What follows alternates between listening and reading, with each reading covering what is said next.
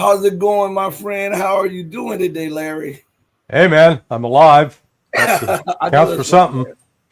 man. Man, I'm thankful again, Larry, for you coming on the show short notice. And I wanted to skip the intro, man, because seriously, you kick butt, and I just want to get your insight on a lot of things that's going on, Larry. Happy to chat, brother. Um, I noticed that Israel bombed Lebanon today, Syria yesterday, and the United States bombed the Yemen with B 2 bombers, the United States and the UK. Do you think that that was coordinated revenge? Well, yeah, I mean, they coordinated it in the sense that they're sharing with each other information about which targets, what they're going to hit. But this is this isn't fundamentally changing the strategic picture. Mm. You know, the U.S. has been bombing, shelling, striking Yemen now for good Lord, 11 months, 10 months at least. And what have they accomplished? Nothing. Red Sea's still shut down. So, Mhm. we're realizing we got some limits to our military power. We're really equivalent to a disabled person with some physical limitations Mhm. that's running around beating up people that are in wheelchairs that are even more disabled. And, we're really good at beating up the people in wheelchairs. Mhm. But when you come up against an able-bodied person, all of a sudden get your ass kicked. And that's what's been happening to us. We struggled. We didn't win in Iraq. We didn't win in Afghanistan. If victories counted as you end up taking control of the country, creating a government that is in charge and rules, and that government has friendly relations with you. We don't have that. Uh, I don't think you could go into Iraq now and have people say, "Yay, USA, all the way, we're with you." No. And then Israel is just it's horrific what they're doing. They're a monstrous regime. There's no other way. I mean, they are as bloodthirsty and murderous as anything. I mean, they're I do liken them to Hitler's Nazi Germany, but on a much smaller scale. Mhm. But the way they conduct themselves is they can attack anybody, anywhere, anytime, without regard to the consequences, including attacking UN peacekeepers, and then accusing those peacekeepers of being the problem. It's remarkable. And I was thinking as you were talking that the United States, Great Britain, and NATO went into Libya under this pretense of responsibility to protect, and yet Yeah. they are allowing tens of thousands of women, children, and elderly people, along with men, to be slaughtered from Gaza to Syria to Iraq to Lebanon. I mean, and there's no outrage from the Western leaders. There's no outcry from the Western leaders as if um, when Iran put down or suppressed a Western inspired coup attempt with the color revolutions, there was in every hour of every day, there was condemnation of Iran doing what by law it should do, and that's protect the sanctity of the state. Yet nobody is screaming to the top of their voices or to the top of their lungs about the mass slaughter of people in Gaza. Don't forget about the West Bank, because there's going on this going on there. What about the taking out of whole blocks in Lebanon, and then Yeah. uh, the strikes across Syria?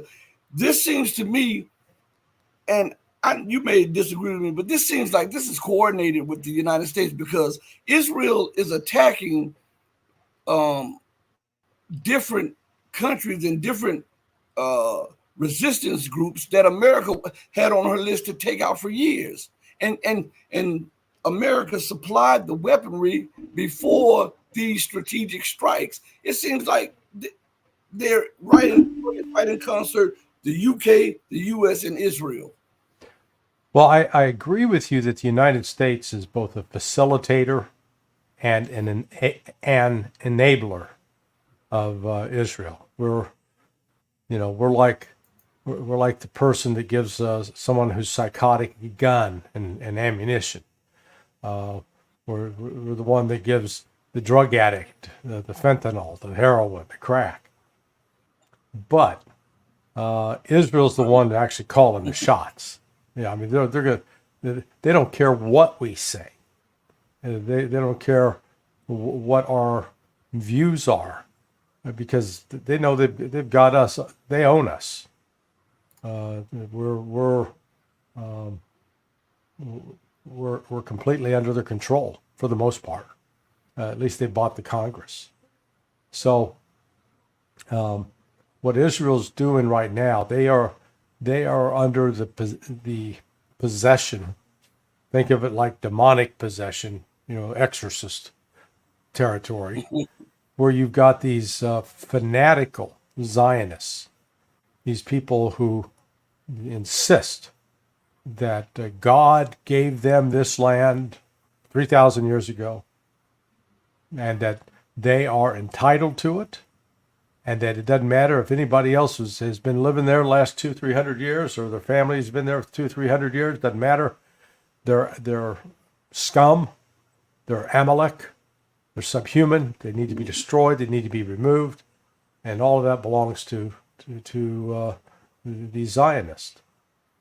And I always draw a distinction between Zionism and Judaism, because many of the things embraced by the Zionists are actually a repudiation of the ethical code of Judaism. So the people like Ben Gvir and Bezalel Smotrich, they'll tell you right up front what their goal is. They'll eliminate the existing native populations in Iraq, Syria, Lebanon, Jordan, and Saudi Arabia. They want it all that belongs to Israel. This land is our land.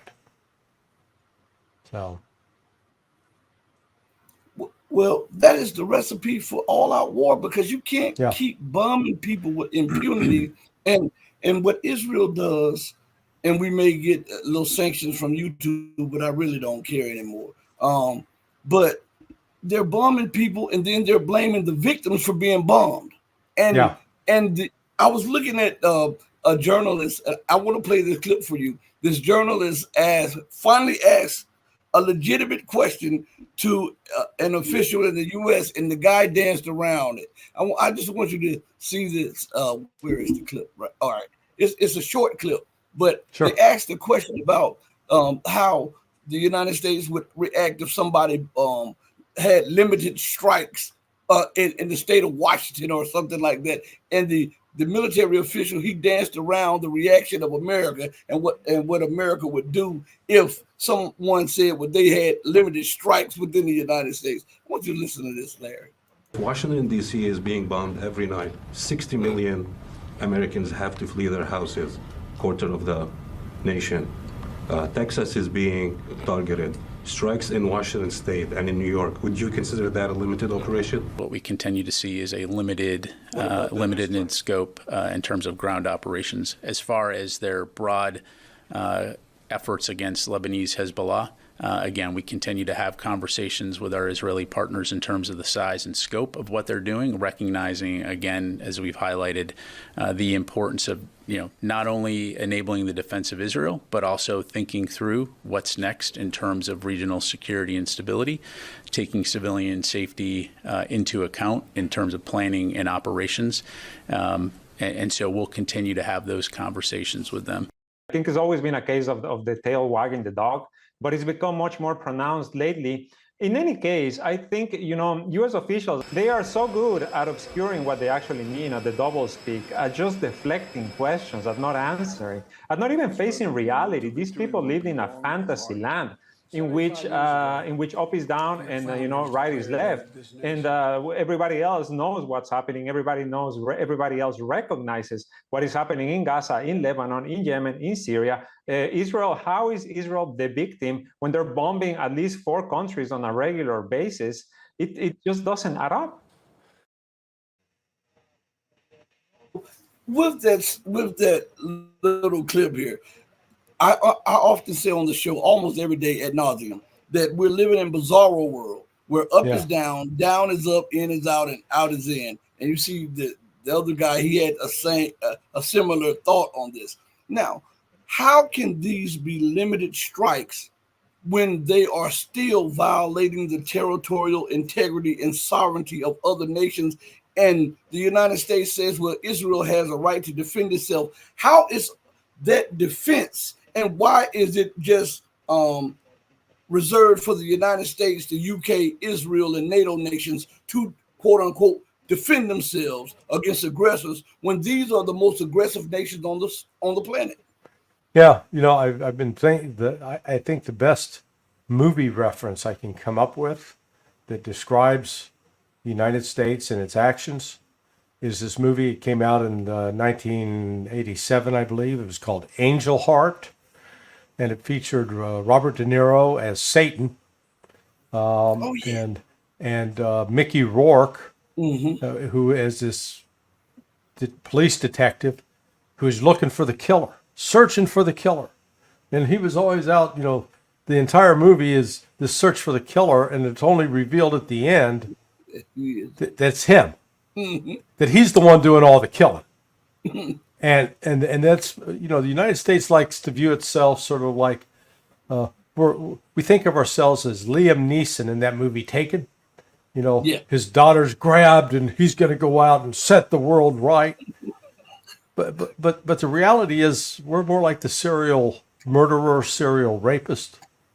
I mean, it really is. We're, as it was pointed out, we got 750 military bases around the world. Hell, the Roman Empire never had that many bases scattered around the world. They controlled the world at the time, the known world. So we've got a problem of wanting to dominate and control the world and just pretend that we're some innocent bystander and all these terrible things are happening and we got to step in and stop it. When we're the ones stirring it up. Do you believe that it would, that as they say on the street, that come to Jesus moment or that epiphany of what you just said will happen when the rug is pulled from under the empire with the collapse of the dollar or with nations sanctioning the United States? Because right now we see America in the West unhinged on everything. Nothing that no policy that they put into place has sound or rational value to it. It's just throwing it up against the wall to see if it'll stick and if anybody buys it. Yeah, well, that's what I'm afraid of. But I think it's also our only salvation. We're going to have one of those, as you call it, come to Jesus moments. And I don't know if it'll be an economic collapse. I don't know if it'll be military defeat. I don't know if it'll be a combination of those two. But we're going to have to pass, as I call it, go through the fire. Get burned, and then come out of that burning restored. It's what happened to the Soviet Union. The collapse of the Soviet Union was a terrible thing for the Russian people and the other surrounding countries that had been part of the Soviet Union. That led to great economic chaos, great political chaos. It sowed the seeds for a 10-year terrorist war with the Chechens, which was aided and abetted in part by us, by the way. And yet, out of that, this rebirth that came under Vladimir Putin, when he basically he was Donald Trump before there was a Donald Trump, in the sense that his thing was about make Russia great again, and what that meant was he focused upon making Russia, restoring Russia, rebuilding Russia, he wasn't off involved with crazy foreign wars and meddling in the affairs of other countries. He is focused upon rebuilding and strengthening Russia. And man, go there today. It is that shining city. It's a bunch of shining cities on the hill. It really is a remarkable place, and it just shows what happens once the nation gets its priorities straight. Right now, the U.S. priorities are completely out of whack. I want to go back to something that MZ in the chat said. When you and I were discussing the situation with Israel, and MZ says, let me highlight it real quick. There is a faction in the U.S. government that wants a general war with Iran just as much as Israel, and they said thanks to AIPAC, etc. What is your response to that? Well, no, that's true. I mean, we keep hearing in the American media, and then most of the politicians keep repeating the lie. Iran's the number one sponsor of terrorism in the world. It's the biggest terrorist state. Measured by what? By attacks? By deaths of civilians? Well, if that's going to be your benchmark, and then you want to extend it back, what? Let's go back 30 years. The number one terrorist country in the world in terms of, if you're going to measure by deaths of civilians, is the United States, number one. Number two would probably be Israel because of all the civilians it's killed. And people say, oh, you're just repeating propaganda. No, just go to the U.S. State Department's Bureau of Counterterrorism. And every year they put out a report on terrorist events, terrorist activities. It's called Country Reports on Terrorism. And they list the top, for 2023, the report for last year, and I don't think he's even out yet, or will soon come out. But they've got the report like for 2022 came out in 2023. So you go back to 2022, 2021, 2020, 6 years back. And what do you find out? Those top 10 groups that are listed, not a single one is sponsored by Iran, funded by Iran, trained by Iran. None of them have a relationship with Iran. So you then have to say, okay, how is it that Iran's the number one sponsor of terrorism when none of the top 10 groups identified as carrying out terrorist activities and operations have a relationship with Iran? So it's a lie. But this is a lot of the U.S. anger with Iran goes back to the takeover of the U.S. Embassy in 1979. So what we're dealing with here is like a bad divorce, an ugly divorce. The two couples separated, man, they hate each other, and all they want to do is see the other die. That's sort of the state of the relationship, at least as far as how the United States views Iran. Iran really has been sort of remarkably patient in dealing with the various outrages. Because, the United States has been involved with active support of terrorism and terrorist attacks against Iranians. You see, we said we wouldn't put up with that if it happened in our country, but by God, we can go do it in other countries. I'm just, Rashid, I'm just fed up with the hypocrisy and the false sanctimony that reeks from what the United States has become.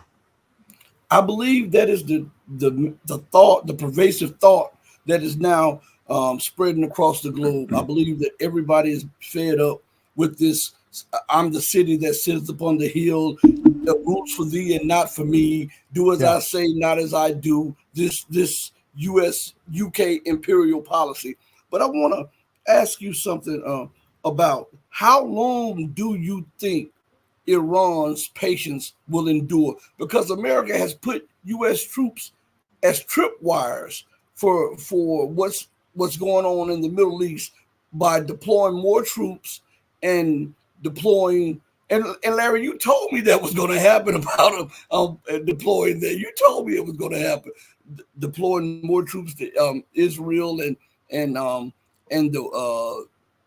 the weaponry transferred to Israel. How long can Iran, being a responsible player, adhering to the JCPOA, um, ignoring a lot of the assassination of his diplomats, his military officials, the scientists, and all of his laureates? How long can that patience last? Because when it comes to the United States, they have zero patience if that were to happen to them. Oh yeah. So how long before Iran just says, you know what, if there's going to be war, let it be, and let me act accordingly?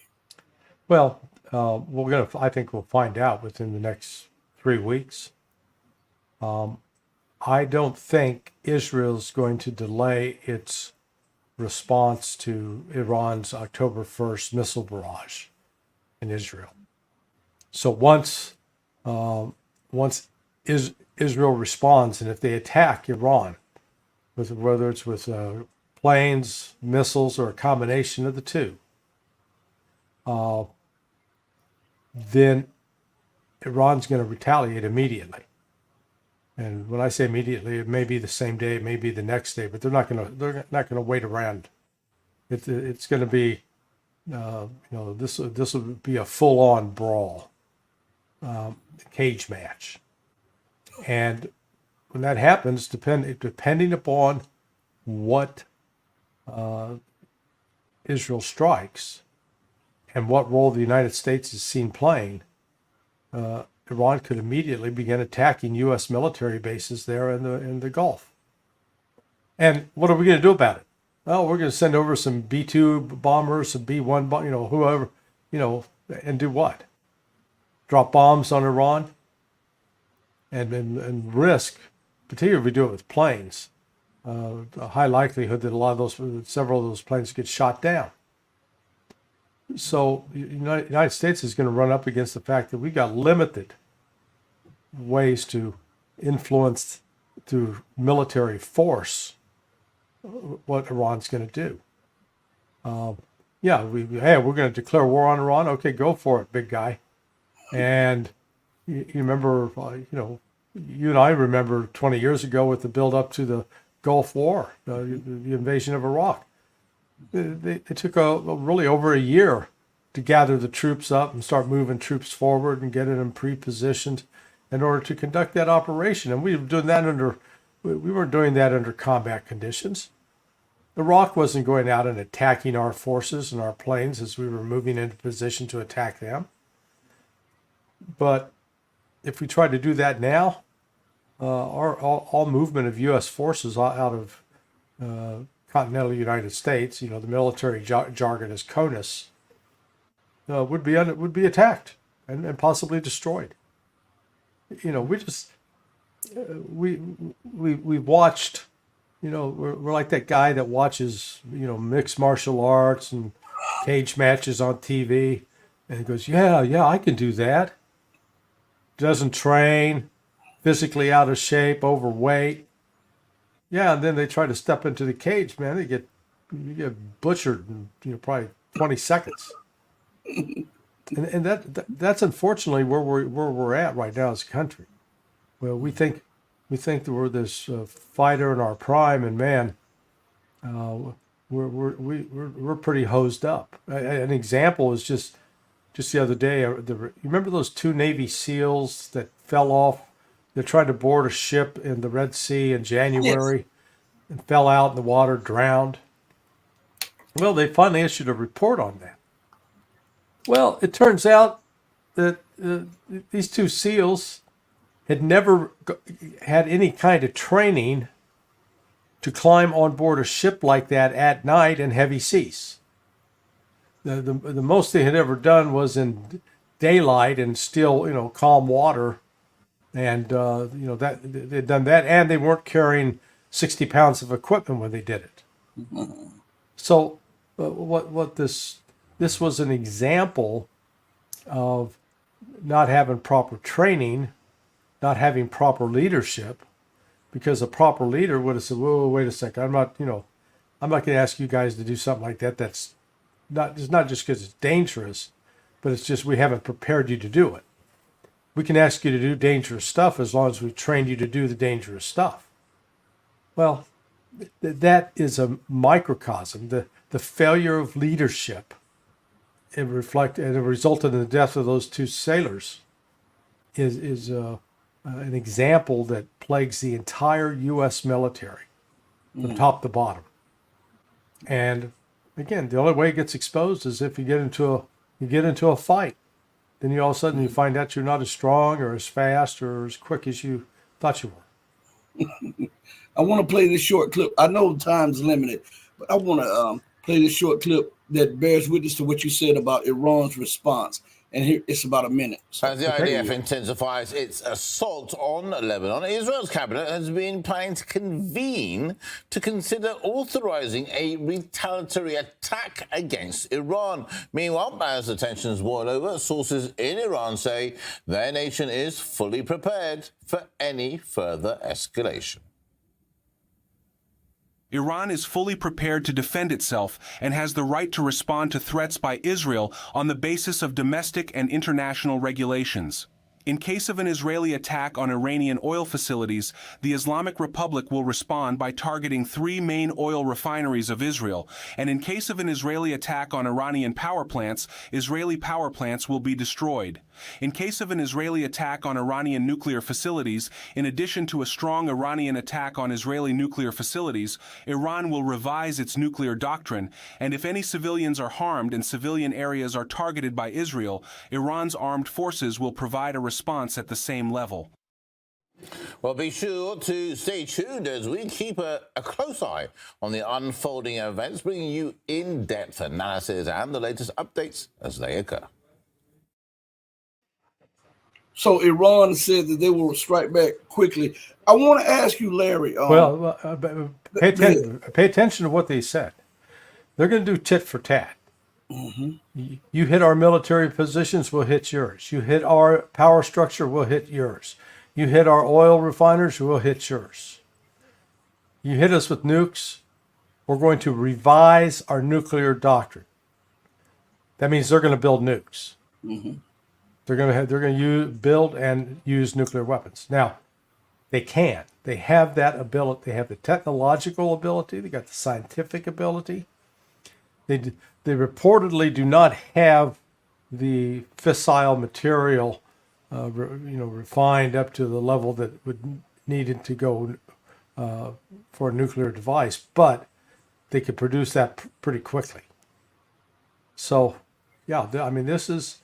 They ain't playing, They made it very, very clear. Now, I was happy to, maybe happy is the wrong word.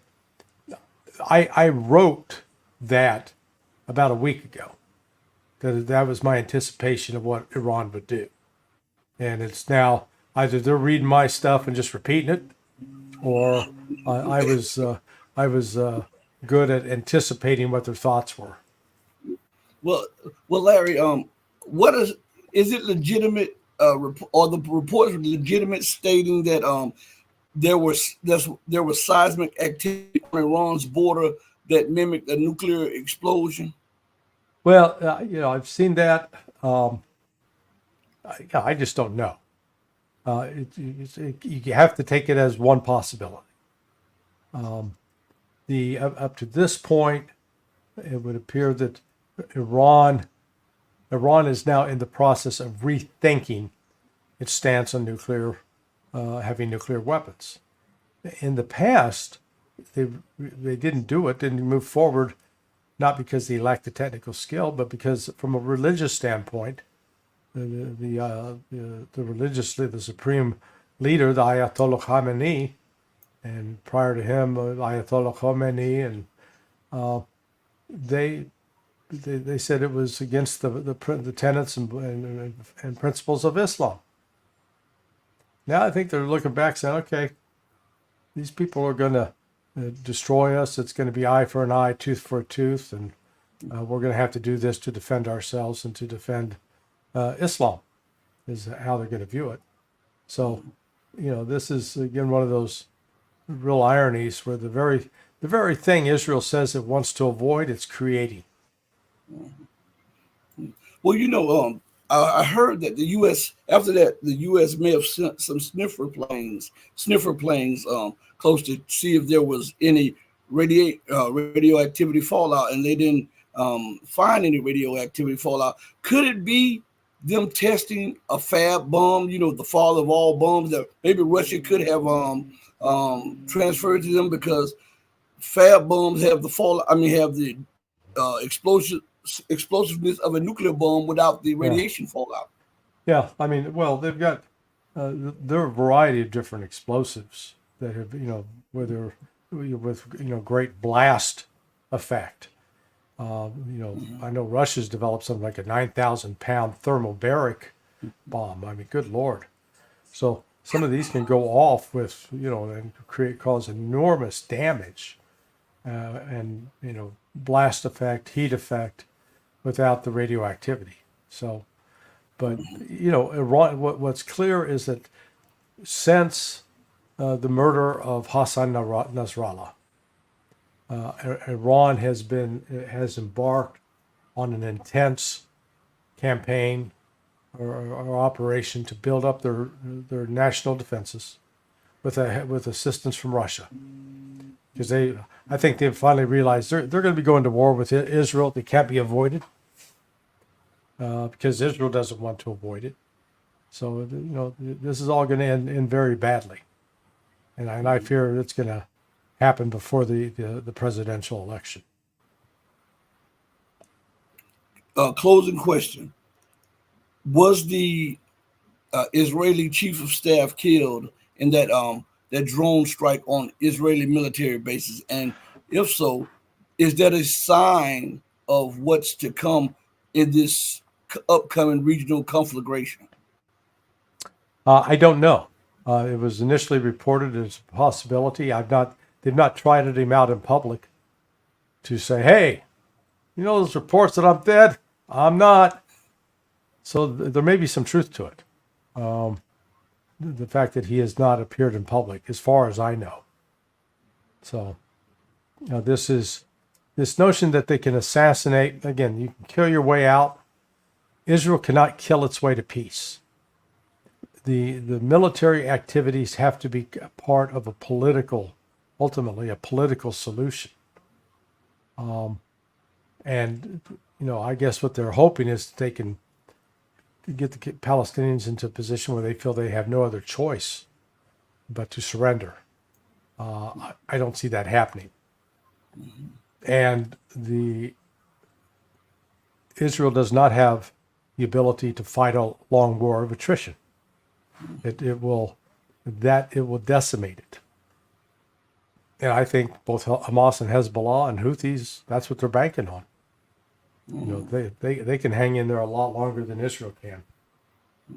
So what is closing out, Larry? What does that mean for the United States? Because she doesn't have the financial position that she once had, and her military is stretched globally, and she wants to face China next after losing in Ukraine, and now positioning herself as a tripwire with between Iran and Israel.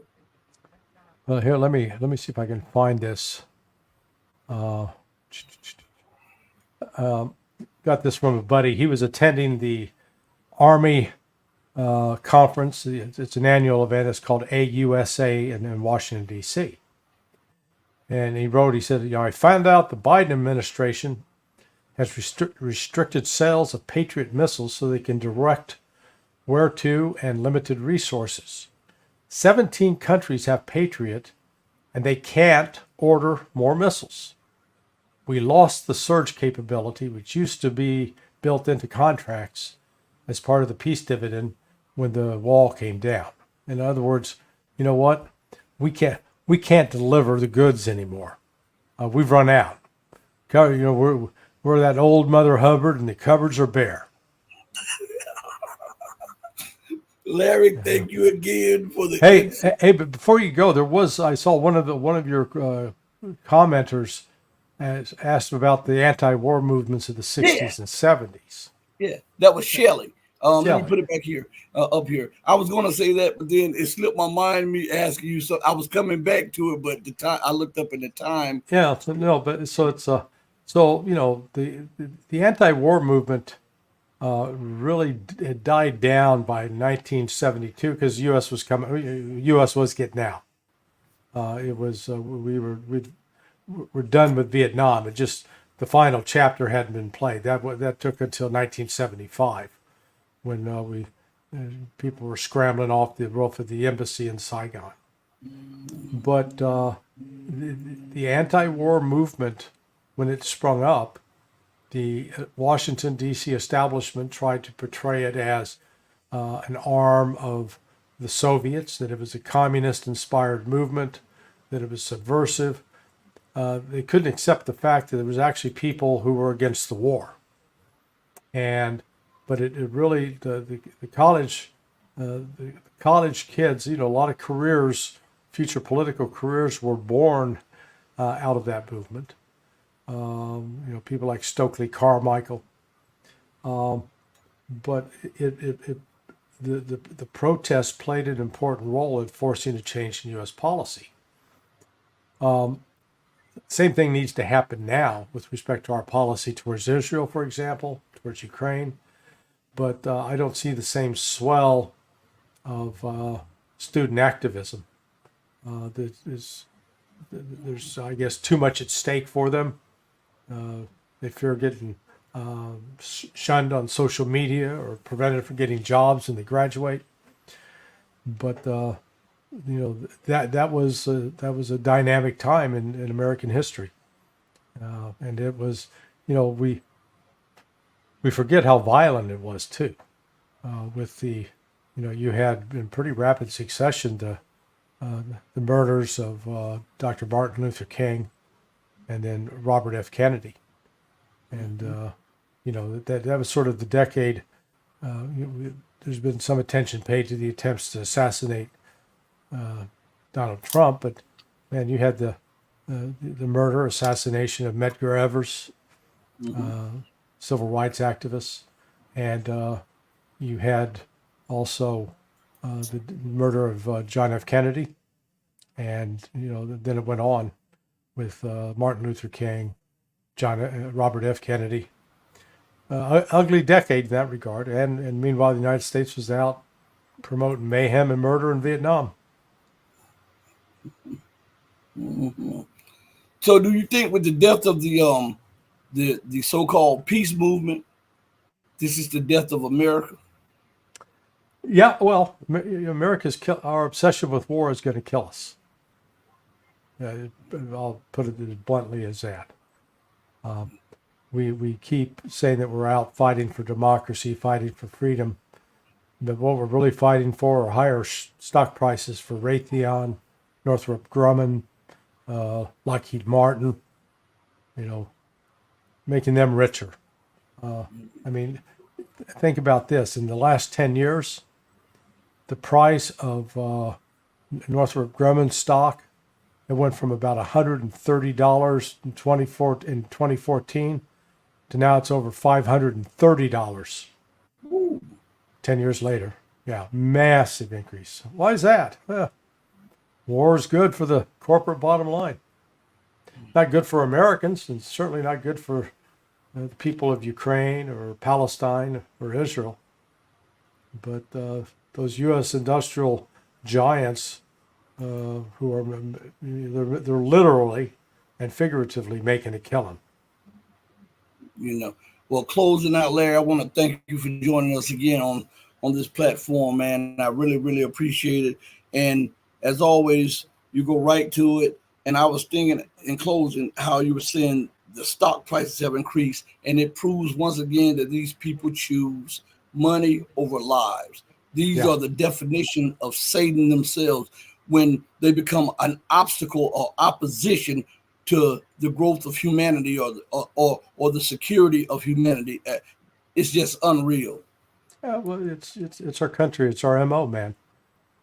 When we make the right to kill an unborn child, when that's our big thing, that says everything about your values as a people.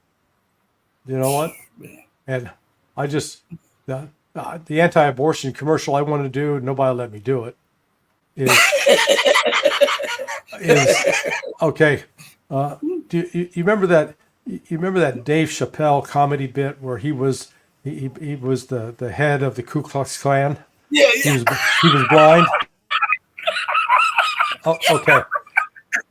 Yeah, it was hilarious.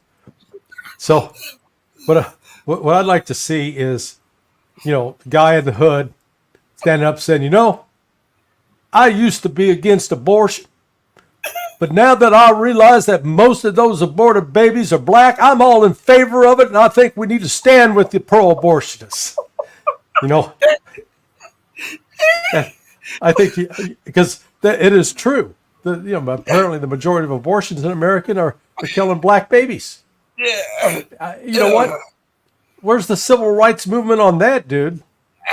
Yeah, it was hilarious. Larry, you got me thinking about that show too. At the end of the show, and everybody was just laughing a little bit. But at the end of when he divorced his wife, Yeah. and they,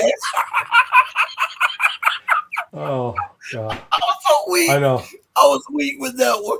Oh my God, I can't say what they said because YouTube probably would suspend me. But that was hilarious.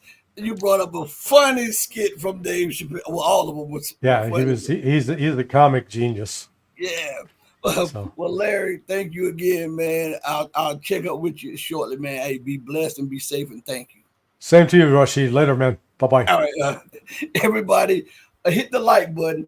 Remember to like, share, and subscribe. Do all of that. Tomorrow, join us as we have Scott Ritter on about 10 o'clock a.m., I believe, Central Time, 11 o'clock Eastern Time. We'll have Scott Ritter here tomorrow. We're going to have, in the upcoming week, we're going to have journalists,